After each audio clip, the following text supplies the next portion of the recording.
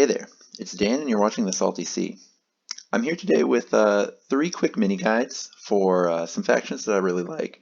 We're going to go into some sub-factions today. The Grand Alliance books that came out in the fall, late fall in November, expanded some of the factions just so incredibly wide that we actually have a lot of room now to get into the minutia of each faction, so I'm excited to do that. And I'm going to start with Skaven. Now, Skaven are kind of the scariest competitive faction if you follow sort of how to min-max Warcry. But two of the most common questions that I hear online are, one is, I love my Storm Fiends, and I heard you can use them in Warcry, so what do I do? And the other is, I want to play my Skaven, but I don't want to lose all my friends by crushing them. What do I do? Well, Skaven clan Skryre is sort of the mad scientist faction, and they're the perfect answer for both those questions. And so what makes them cool beyond just being the not quite as overpowered Skaven faction? Well, Clan Molder is also mad scientist, like I mentioned before, but they're icky and gross, whereas Clan Skryre gets to use green lightning and guns and weird armor. They capture the Skaven flavor of scatterbrained evil geniuses, I think better than any other subfaction in Skaven do. So let's get into their units. And if you thought the Skaven roster was huge, it even stays huge when you just stick with Skryre. There's a whole bunch of them, tons of shooting, kind of bad leaders, and Fiends, Storm Fiends. We'll start low. We'll start with the somewhat disappointing leaders. The Arch Warlock is your melee choice. It's got kind of low damage, but it's got okay durability, and it's got that 6-inch move, which is really important. Then the Warlock Bombardier is the ranged option. It's got lowish damage for a high point archer, but it's still useful. And then the Engineer is a hybrid, but it's just bad at both. I wouldn't use it for either one. The bad stats on these guys means that they're leaning on a somewhat mediocre ability to be good. On a high dice roll, it's okay. Now this is the Skryre specific leader ability for Skaven, but it requires 6 inches or less of range, which means that the Arch Warlock, I think, is the more attractive choice since it wants to get in there and fight anyway. Now, let's get through those. I'm glad we're done, because now we can talk about Storm Fiends, which is the reason we're here. The melee ones are the ones that I'm really excited about. All of them are fine, but the Doomflare Gauntlets stand out as one of the absolute best melee titans in the entire game. If Skaven didn't already have Rat Ogres, this would be the scourge of Warcry. As is, a Rat Ogre plus a Giant Rat together cost the same as this, and likely do a little more, but still. Compare this thing to, say, a Doom Bull, the biggest Ogres, the biggest Stormcasts, etc. This will often win. The ability is kind of blah, but who cares? You're spewing out over 13 damage to most things in the game, and to low toughness stuff, you're going over 15 almost every time, which is just going to be overwhelming. The ranged options are kind of cool too. There's 3 of them. The wind launchers are bad, but the other 2 are both really solid, especially the Rattling Cannon can really pile it on, even at a reasonable range. Also, these they have okay damage profiles, and it comes off just 2 attacks, so they use Onslaught really well. So if your opponent closes the distance, you can still fight back, which is really nice. Puts a lot of pressure on them to deal with the Rattling Cannon or the Warp Fire projectors, and then even once they do, they still might lose the fight once they get there. These ranged ones are really good, though a bit redundant in a Skryre specific warband because of how much other ranged you have elsewhere. But if you're using Storm Fiends in a non-Skryre Skaven, they can be really useful. Once we get past the Storm Fiends, we're sort of wading into the mid-size Techno Rats. Everything here is just a little rat with some kind of crazy machine attached, which I love. We start by wading through kind of a swamp of mediocre shooting, with the Acolyte and the Jezzail being a little disappointing, but lo and behold, there's one good one with the Warpfire Thrower. They're the perfect unit for kind of, with their 6-inch mobility and then the 8-inch range, they're the perfect unit for sort of walking forward and shooting at the same time, doing similar damage to the Warplock Jezzails, but for an incredibly much lower price. After that, you've got the Warp Grinder and Doomflayer, which are really nice sort of hard-hitting mid-sized units for when you want some melee punch, but you just don't have the points for another Storm Fiend. Skaven have a bunch of abilities, but the specific Skryre ones have some unique ones the rest don't get to use. They're okay, but not amazing.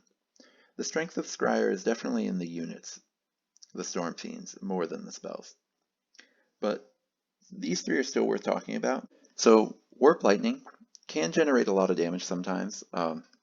It comes in at a 6-inch range and then can chain up to 6 damage across different units 3 inches away from each other, which can be a nice, it's a cool flavorful chain lightning effect, whether it's good or not. It's generally better to focus down one unit than to spread your damage around, but if your opponent is trying to flood the board with chaff, which a lot of competitive warbands do, this can still be absolutely worth it, and a double is not much to spend on something like that. Crushing Charge is a triple. It's the Storm Fiend ability. It's the charge ability that half the factions in the game have. Some factions use it really well, but not so much this one. Storm Fiends don't generally need it, but still you'll use it sometimes. You just won't take a selfie when you do. Then there's the Quad, which is Expend Warpstone Spark. It gives you a bonus attack and then buffs it. It's usually worse than Rampage, unless you're stuck in combat with something big and you won't be moving anyway. Then it's better. So keep it in your back pocket for every once in a while on, say, the Doomflayer, the Warp Grinder, or even your Warpfire Throwers can use it, which is nice. So let's talk about actually playing them. What do they play like when you just go all Skryre in Skaven? So this first list is sort of archetypical. It's just beatdowns and Warpfire. The Doomflayer Gauntlet Stormfiend is the epitome of a unit that just wants to get straight into the fight.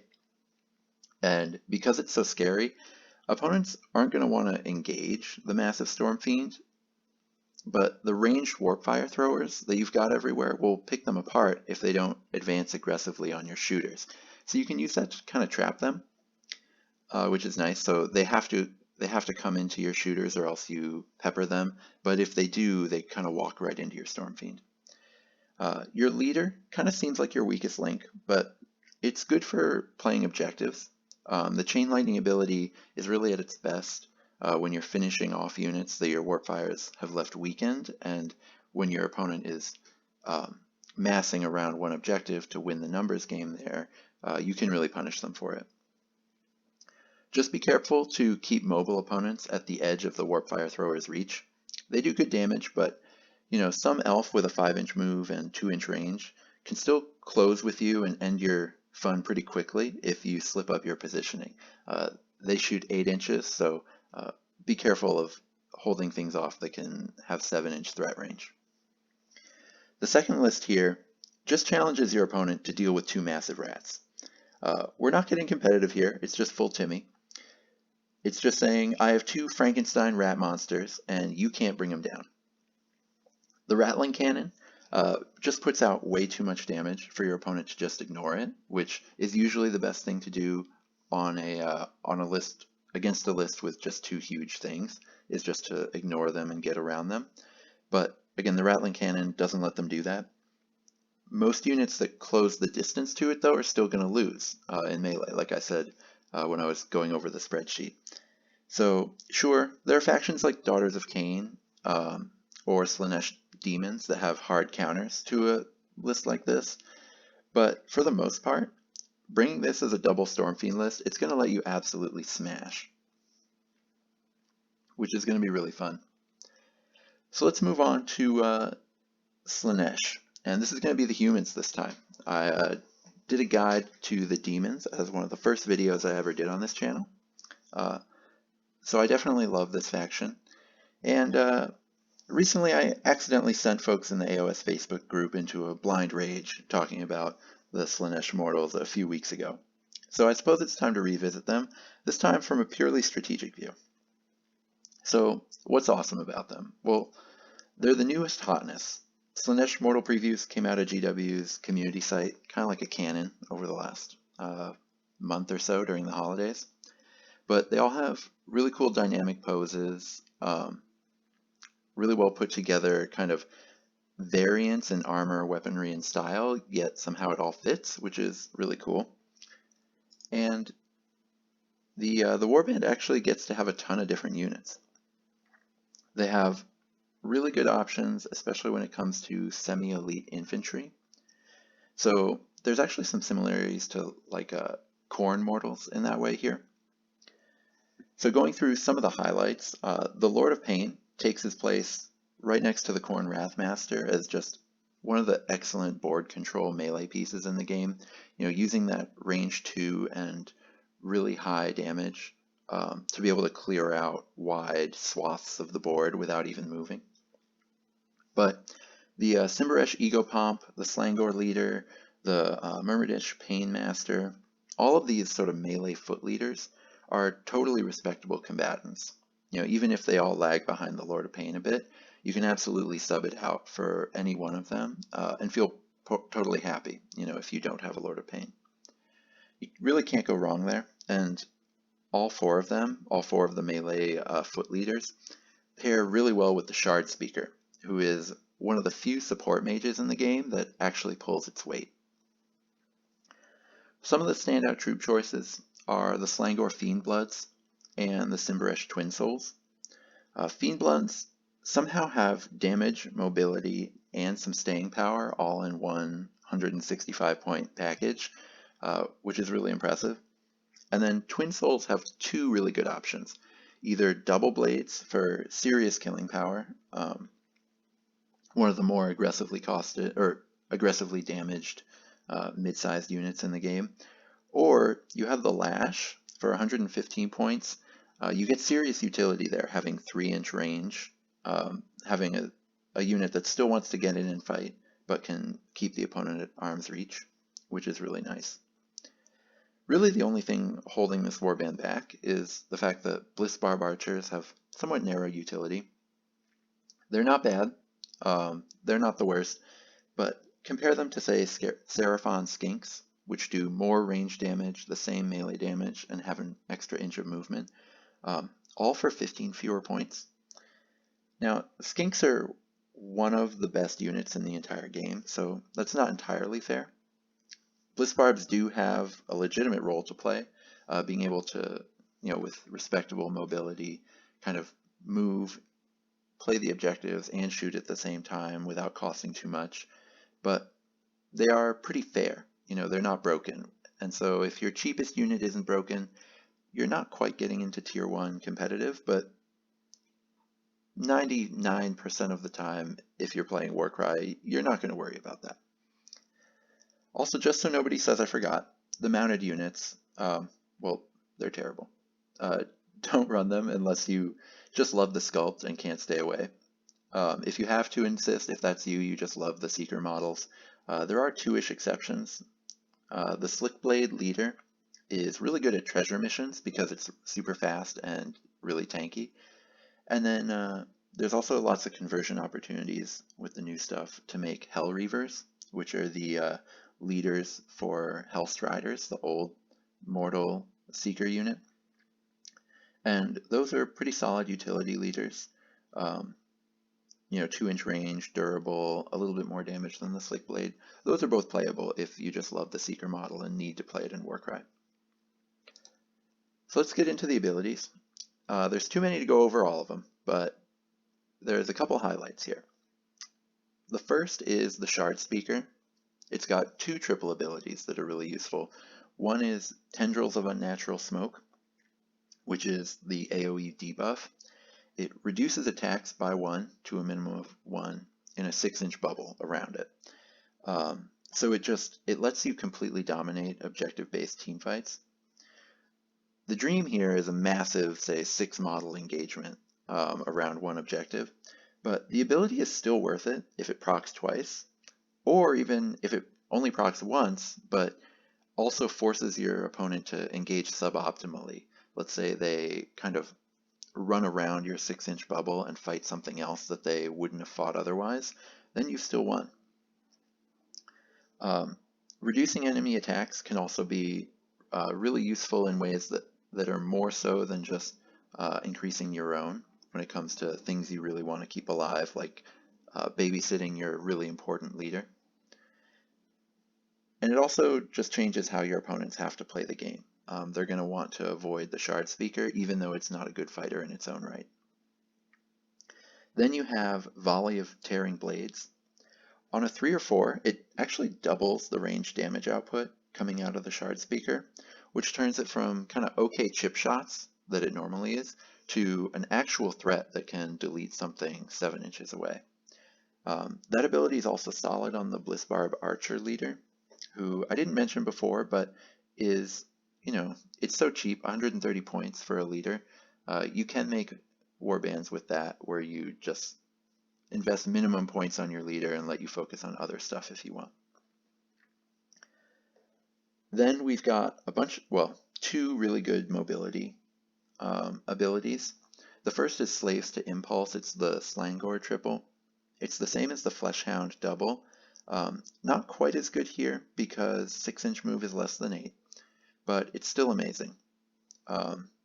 It also comes with, all of them in the Slaanesh Mortals come with the universal double called Unrivaled Velocity, and that makes the warband faster than the kind of 4 to 6 inch move would indicate. Unrivaled Velocity goes half the dice roll for the next movement, so it's much better than Rush, which is the movement ability that everyone has. Finally, there's the quad, called Ego-Driven Excess. Gives you a bonus move or attack, one or the other, but each kill gives another bonus move or attack. So the Lord of Pain or the Slangor Slakehorn, they both can one-hit KO chaff units. So either one of those two melee leaders has the potential to use this quad to just chain kills across the board and just end the game just with one ability. So the Lord of Pain has slightly higher damage in range 2, which can usually let it reach more things to start off, but the Slakehorn has more mobility for chaining the ability farther away. So it does give some incentive to run both in a warband, and I'll show one in a second that does so. If you just get 1 kill, this is just as good as Rampage, but with 2, it's actually better, and we'll probably end the game. So let's get into talking about how they're going to play and some lists with them. Now, I'll admit nobody anywhere probably has actually put these on the table yet, since they're not actually out, but we can get some pretty good hints from looking at the stat lines that these are going to be kind of a semi-elite toolbox warband. The Myrmidesh, Slangor, and Twinsouls all have legitimate roles, cost in that mid-size range, and mixing and matching them is really going to be how well you mix and match them is really going to be what causes you to win or lose.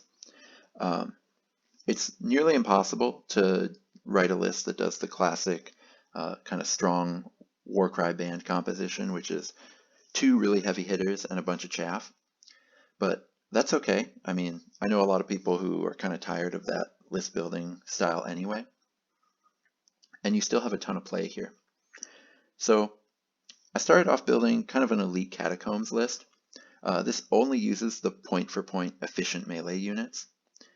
The activation wars of just who has the most stuff are a lot less important in the underground games, and winning 1v1 fights is a lot more important. So this list is really good at doing that. And the Lash Twinsoul is really nice for standing behind another unit in a corridor and still getting attacks in. Then we have my sort of starting above ground board control list.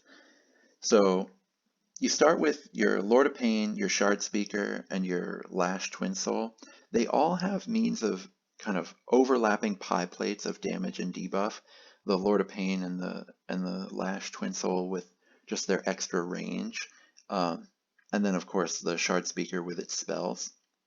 You can put all of them in the shield, and then your Hammer and Dagger get 100% mobile or ranged units. So the Fiend Blood would go in your dagger, it's really fast, and then your archers can shoot and project power across the board. Those deployment groups, the dagger and hammer in above ground games, usually start away from the action. So being able to get across the board or put damage across the board is really important in those two. So here you would just rush your two leaders into a position where you think the most important spot to control is going to be. And then the rest of your warband can all just support them from really far away.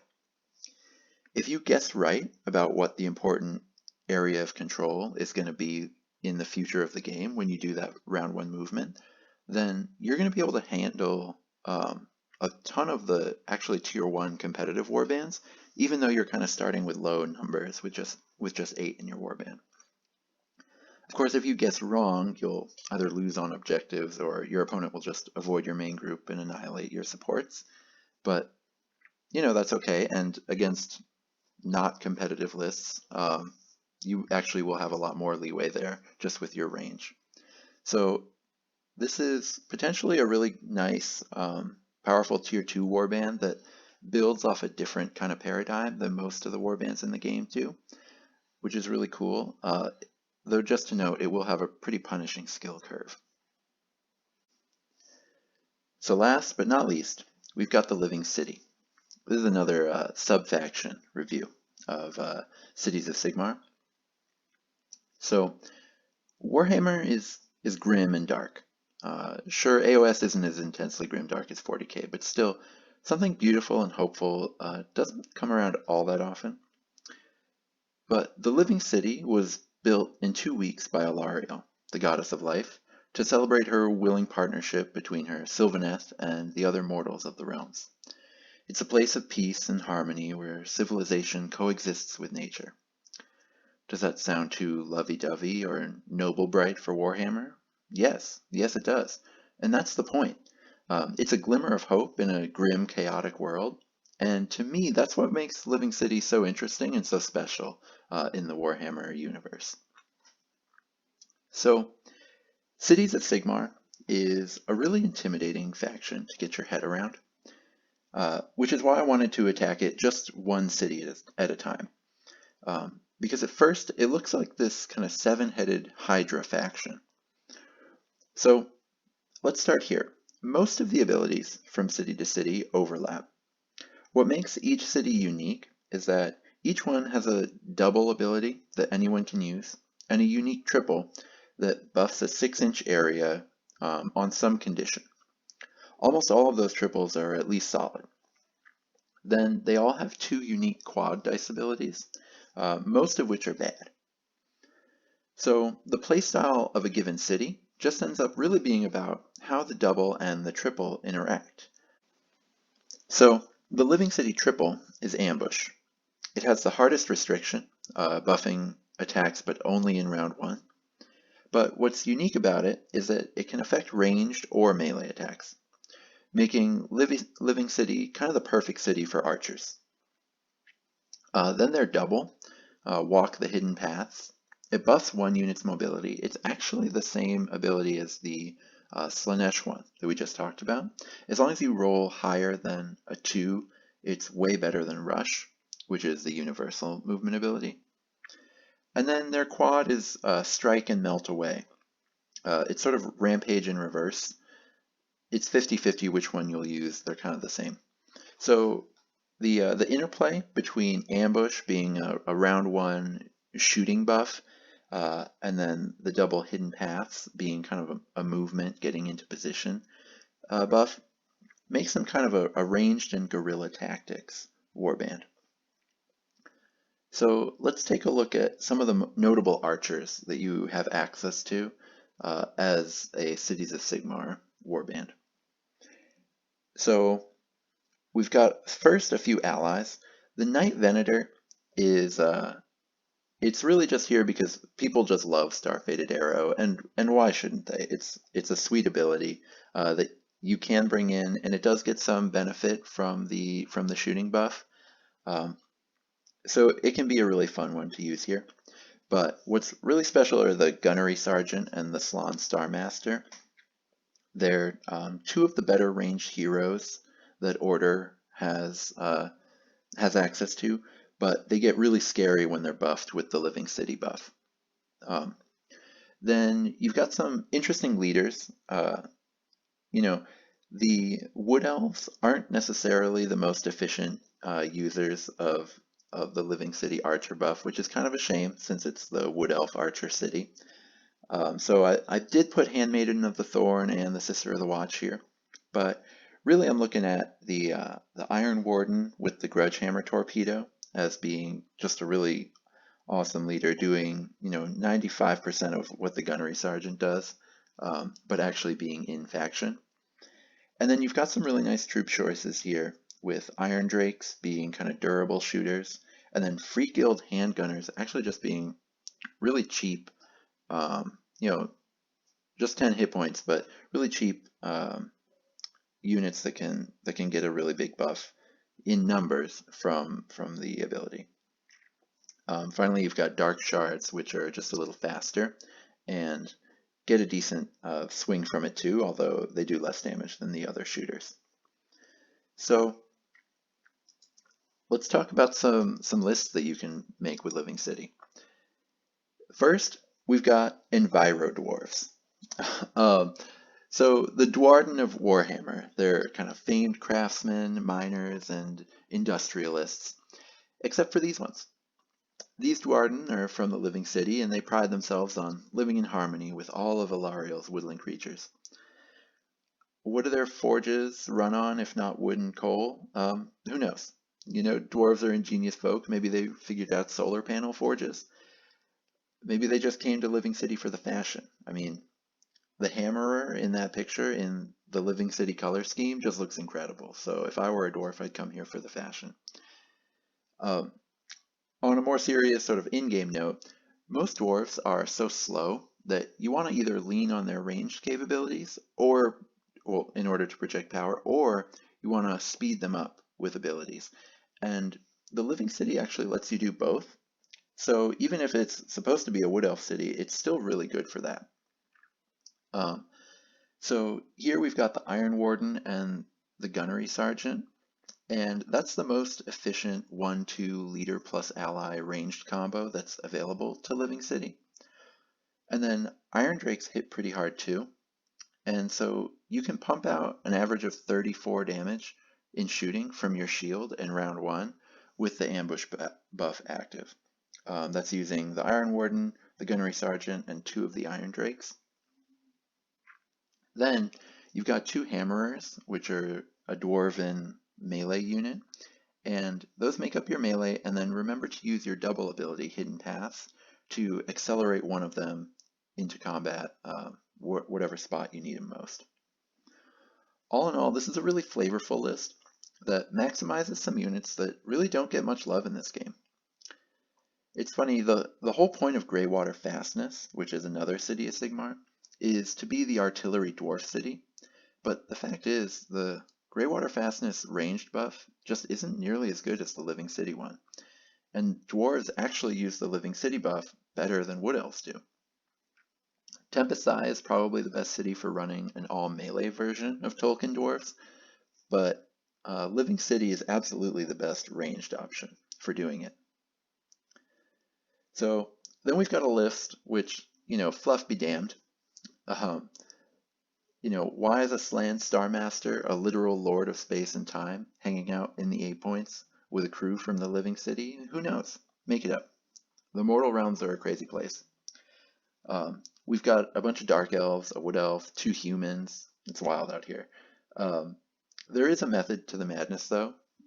So you've got exactly 4 ranged units, and they all go in your main deployment. The Guardmaster is the Dark Shard, so the Dark Elf Crossbow leader, and it's the cheapest ranged leader that you have access to in Cities of Sigmar. So he and the handgunners all get a big benefit from the Living City shooting buff, but the big prize here is actually the Slaanesh. So the Lord of Space and Time becomes just an absolute cannon with ambush active, threatening to just single-handedly delete anything it wants in round 1. So here your shield is going to put almost as insane as an amount of damage as the other list. I think this group of 4 averages out like 31 damage in round 1, which is still enough to decimate any deployment group in range before they've even really started. The nice trade-off, though, even if we're giving up 3 points of damage, is that we actually have more tools than the other group once the bombardment stops. So outside of your artillery block, you're loaded up on melee elves with high damage and mobility. So Blackguard Corsairs are the most cost-efficient chaff unit that cities have access to, and so we're flooding the board with 4 of them here. And then the Executioner is an awesome damage machine for 115 points. And then the Wildwood Ranger is almost as deadly, but has range 2 for outmaneuvering opponents in a fight. It is a bit of a glass cannon, but very deadly and can dance around your opponent. Together, those two together make a really nice little toolbox for your Slan to use its ability. So in round 1, you're going to be popping your triple with the Guardmaster to just bombard your opponent. And then later on in rounds 2 and 3, your Slan can fly and then teleport in round 2. So just take careful stock of the board, and then, after you've ripped apart your opponent's front line, you get to use your Frog Wizard to kind of run the show, flying around, teleporting your damage melee people when you need to, which gives you just a ton of options with a list like this. So there you have it. 3 mini guides to ways to play some of these factions that are a little more specific. It's so cool what the Grand Alliance books did, adding in so many different things to the game that weren't there before, and letting you get a lot more granular than you ever used to be able to. So that's what made me excited about getting some of the sub-factions like just Clan Skryre out of Skaven, or just Living City out of Cities of Sigmar. Or with Slaanesh, where they actually split demons and mortals up into 2 finally, just like with all the other gods. So I'm really excited about that. There's a ton of other kind of granular, small, undiscovered lists that you can get into now in the game that you never could before. So I'll be looking into more of that, along with a bit of Gloomspite Gitz focused content that's also coming up soon. So until that time, may all your rolls be crits.